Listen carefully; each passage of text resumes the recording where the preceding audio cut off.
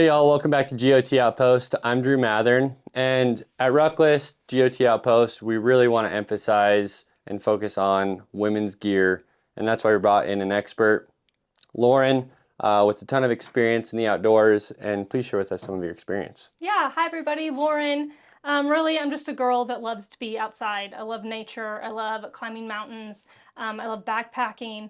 I'm a Colorado 14er finisher, so I spent my 20s summiting all of the Colorado 14ers, and then now I'm on a mission to summit all of the Centennial Peaks. For those of you that don't know, the Centennial Peaks are Colorado's 100 highest mountains, and I've done about 81 of them. That's So happy impressive. to be here. So a ton of experience, which is super helpful in really breaking down packs, because obviously with all the adventuring you do, you've used a ton of different variations of packs.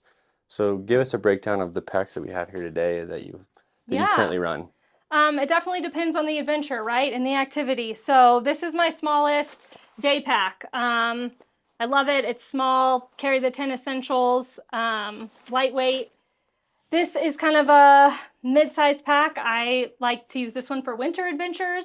You might be carrying a heavier down jacket, more layers. I like that you can strap your snowshoes on the outside. This is also another great pack, great for overnight adventures. Again, Osprey, which is my favorite brand of packs. And then there's the old trusty Big Daddy pack here that I take on when I have a really heavy load. So overall, when you're looking for a pack, where do you shop for a women's pack, right? Because there's not a ton of selections. So do you have any tips on that? Yeah, I mean, for me personally, like I've got some women's packs on the tables, and this is a men's pack. This one might even actually be a men's pack. I've had it for 25 years. I don't even know. So when you are shopping for a pack, I just encourage you to not only stay in the women's section. Like women's bodies are different. It depends on your composition, and it depends on the pack and the design. Yeah, definitely. I mean, I know there's a lot of different men's packs out there, but you guys have a small selection in women's packs. Yeah. Especially in the hunting world, there's a very select few of women's packs. So I do think it's good to check out the men's packs. Yeah. And then another thing too. So this is your OG pack. You've ran this forever. And I know you bought a recent pack and that was brand new. Yep. Give us a little bit of insight on that. Yeah. So as you mentioned, I've had this one forever. I was like, it's old, it's dingy, I want to get a new one. So I went out to REI, I bought a fancy, I think it was a Gregory, honestly, brand new pack. I hated it. The fit was awful. It was like tight around my chest. It was just very uncomfortable. So I sold it to a friend, and I continue to use this old one. And going off of that, I mean, and we've talked a lot about this, Jay and I have, but you don't always need the newest and best. I mean, this is a perfect example of that. She's obviously tried many of different packs, does a ton of adventuring, and she still sticks with the most simple, old style backpack, and it's worked great for her. Yeah. So don't feel like you have to go buy the brand new fancy shiny thing at the store. You can go to a thrift store. You can go, if you're on a budget, there's plenty of options for you to find a solid pack that you don't have to spend all your money on. Yep.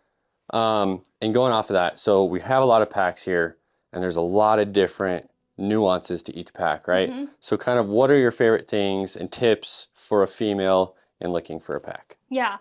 I mean, I definitely gravitate towards what it looks like initially. So like a pretty color, like this teal one, but that isn't the end all be all. I love that Osprey has hip pockets. I'm a person that likes to take a lot of photos and videos when I'm outdoors, and so I want quick access to my cell phone. I also want quick access to my chapstick. We're at high altitude, and we all know how that goes. Another thing that I love about this pack is I do a lot of solo adventures. So I have a Garmin InReach for emergencies. You want to have quick access to that Garmin. This one has the pocket that sits in there nicely and keeps it from falling out. Another great thing that I like that most Ospreys have is this like airspeed, breathable space here in the lumbar support. It makes all of the difference. Your back doesn't get as sweaty, and it's really comfortable and cooling.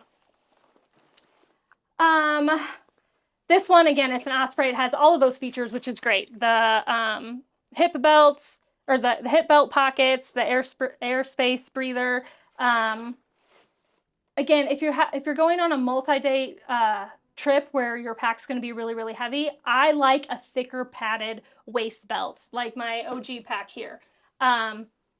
Also, when I pack my pack, I have the heavier weight around my core, right? I don't have it on the top. Which is interesting because Jay and I, we personally like the weight higher up. For how we're built, we like the weight higher up, more mid-back, which is very interesting. I never really even thought about that, how women would want it lower.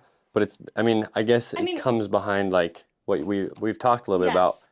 Women, most of their strength is in their legs. Yes, you took the words right out of my mouth. Women were built to have babies, right? We're really strong around our hips and our glute area. We don't have big, broad shoulders. Men can distribute the weight and switch. Oh, I want it on my hips. I want it on my shoulders. If there's something on my shoulders, like I'm over. Like I'm crabby. The hike is over. So I will have heavy weight on my hips, and I will just like lean forward, tighten my core, and just like go for miles. So that's one of the interesting things. So the load lifters. Yes. So do you want to touch on that a little bit? Yeah.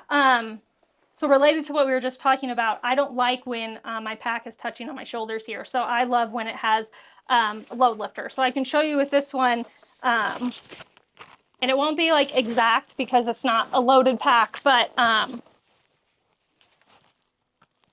want the weight tight around my hips. And then... You want to go to the side profile? You can so this see, is the load lifter here. What's that, buddy? Pull this as tight. And you see how like there's this space right here between my shoulder? All of the weight is here, or on my hips.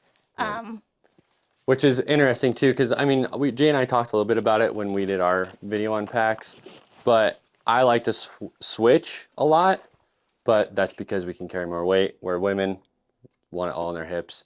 My wife she's had a couple packs that we've tried, and she had all the weight in her shoulders, and she was absolutely miserable. Yeah. So really trying to get that weight in your hips. And that's one thing too. So one thing that's interesting, that if you want to touch on this, Lauren, is the different hip belts, because all of these have different variations of hip belts. And what are you looking for in a hip belt depending on what you're using it for? Yeah. So the heavier the pack, I want a thicker padded hip belt. The difference between men and women's pack is most women packs will have contoured hip belts that go naturally around the shape of our pelvis. That's extremely important when you're hiking with a heavy load. Also, like the rigidity. Some of these are like flexible, which is nice if you don't have a heavy pack. If you're just going on a day trip or something like that. I don't want a big bulky hip belt. So it really depends on the type of adventure. Kind of what you're doing. But like this one is pretty rigid. Yeah. Even compared to this. Yeah. So this is great when you're running really heavy weight. Because like what's the most weight you've put in this pack? Like 75 pounds. Which is a lot of weight. Not recommended, but. Yeah. Which is a lot of weight, but it's more rigid. It even has a little bit of lumbar support. Which I think lumbar support I think is personal preference. What are your thoughts on lumbar support? Yeah, again, I'm not speaking for all women, just my personal preferences. I don't love a big bulky lumbar support padded. Like this one is about as much as I want. I noticed that some of the men's pack have like a big, juicy, foamy pad. I wouldn't like that. And then another thing too, so shoulder straps. You and I have discussed this a little bit. What are the difference in shoulder straps between men and women? Yeah. So obviously men and women have different anatomy up here. Men's shoulder straps are going to be like more narrow. Women's are going to be more curved so that they're not getting in the way of things up here. I have hiked with men packs before where it just like rubs and chafes, and it's not comfortable. Yeah, we don't have to worry too much about that. And then a couple other things too. I know that pack, it has a pouch in the front. What do you like to use that for? Or on the shoulder strap? Here. Oh yeah, so Garmin InReach. I love to clip that in there. I have easy access to it. It won't hit me in the face or fly out. Which is great to have. I really for anyone, just for safety protocols. And then one more thing, hydration. Yeah. I think there's probably obviously two options for hydration in the hiking backpacking world: bottles or bladders. I'm a bottle girl. I don't like to fuck with bladders. Sorry, excuse my language. I just don't like them. So I'll use like a big Nalgene. But all of these do have the capability to have a bladder in there. And this one's kind of cool too. So like sometimes it can be kind of a pain in the butt to get an actual water bottle out. Yeah. But some of them have pretty easy accessibility. This Osprey pack has like a side patch here. So, you know, when you're hiking, and you'll be hiking with a group and you'll be like, hey, can you get my water bottle? Because you can't like finagle around to reach it. So these side ones have a little angled pouch where your Nalgene fits in there. And so you can just pull it for quick water access. Perfect. So I think we touched on a lot of the comfort stuff. One more thing I wanted to touch on comfort-wise is the rigidity in the pack. Mm-hmm. What are you looking for the stiffness of the back support when you're looking for a pack? Yeah, I'm going to sound like a broken record, but it depends. If it's a heavier load, I want a more rigid, stiff pack like one of these. If it's a lighter load, I want something more flexible and breathable. And yeah, not as heavy and bulky. And yeah. Okay. So last question I have for you. If you're trying to find a universal pack for, like, if I can't afford a pack and I just need one pack for all the adventures, what would you pick? I think this one. It's a good mid-grade pack. Like, it's not super bulky and heavy. You could take it on a day hike. Wouldn't be ideal, but you could manage. And then you could do overnight trips in this one as well. It's got enough support to support having a sleeping bag and a stove and a tent, but it's light enough to just carry snacks and the 10 essentials. Yeah, and it's got some decent pad support here to provide more comfort around the hips if most women are going to be carrying the weight there. Yeah. But it's not extremely rigid, so it's probably more comfortable too if you don't have if you do have a super light pack and you're not super heavy. And then this is pretty rigid, so that totally makes sense. Yeah. Hopefully this was helpful to you guys. Thank you for being on the show today, Lauren, and really looking forward to you guys following us along, and stay tuned for the next episode. Thanks everybody. Go get outside.